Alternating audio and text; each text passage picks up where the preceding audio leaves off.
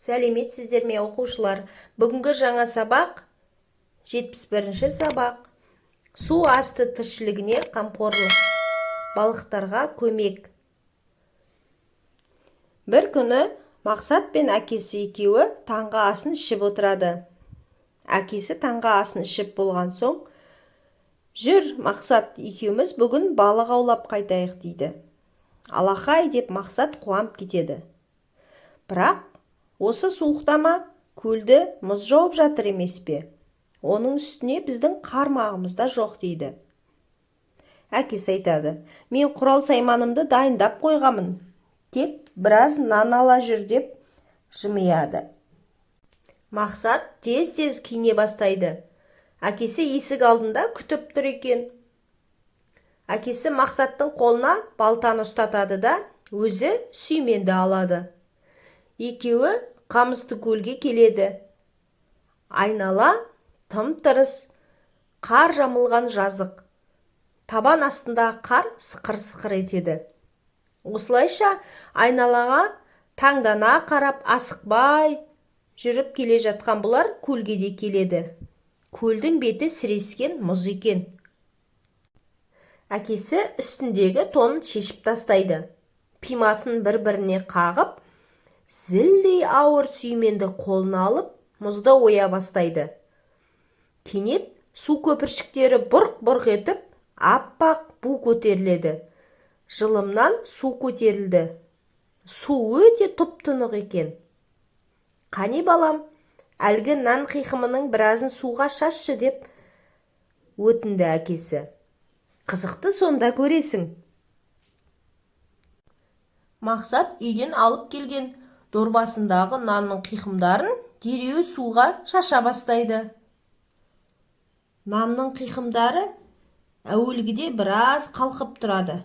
Содан кейін бірте-бірте суға сіңеді де ауырлап тереңге судың түбіне бата бастайды. Сол кезде судың іші жыбырлай бастайды. Судың астынан балықтардың жұп-жұқа шілтердей қанаттары мен құйрықтары жылтылдап көріне бастайды.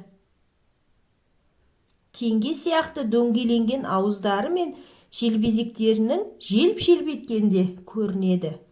Біразы нан үгіндісіне ұмтылады. Көбі желбезектерін жиі-жиі желпілдете тыныстап, судың бетіне сансыз ауа көпіршігін қаптатуда. Балықтарды қолмен-ақ ұстап алуға болатын сияқты. Қарашы ауа жұтып жүр. Әкесі балықтарды шошытып алмайын дегендей сыбырлай сөйледі. «Әр жәндікке ауа қандай қажет, ә? Біз мұзды неге ойдық?» деп сұрады әлі ештеңе түсінбеген Мақсат. «Мына балықтарды аулаймыз ба?» Баламай» деді әкесі. «Бұларды аулағанда не ұтамыз?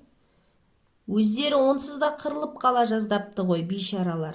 Біз әлі біраз жылым оюымыз керек». «Неге?» дейді Мақсат. Қысты күні көлдер мен өзендердің бетін мұз қатқан кезде оның астында оттегі азаяды. Және балықтарға азық болмайды. Сол кезде балықтар қырылып қалады. Ал табиғатқа жаны ашитын адам осы мезгілде балықтарға көмектесуі керек. «Міне ендеше, сен де қарап тұрма. Ана балтамен мына жерді ой» деп әкесі тапсырды. Мақсат балтаны алып, көлдің бетіндегі мұзды үстіне ұрып сілтеп жатыр. Балықтардың халі қандай аянышты. Бұрын білсе ғой, ендігі талай жылым жасап, жем шашып тұрар еді. Мейлі, қыс ұзақ қой, әкесі екеуі талай келер. Мақсат қысты күні балықтарға көмек керек екенін түсінді. Яғни, қысты күні өзендер мен көлдердің бетіне жылым жасау керек. Яғни, судың бетін ойып тесу керек. Сөйтіп балыққа ауа жасау керектігін түсінді.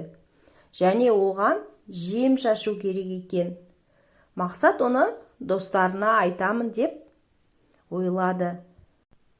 Оқушылар, сіздер де су астындағы тіршілік иелеріне қандай көмек керек екенін түсінген боларсыздар. Сабақ түсінікті болды ма? Олай болса, суретті әдебиет каналына тіркеліп, достарымызды шақырайық.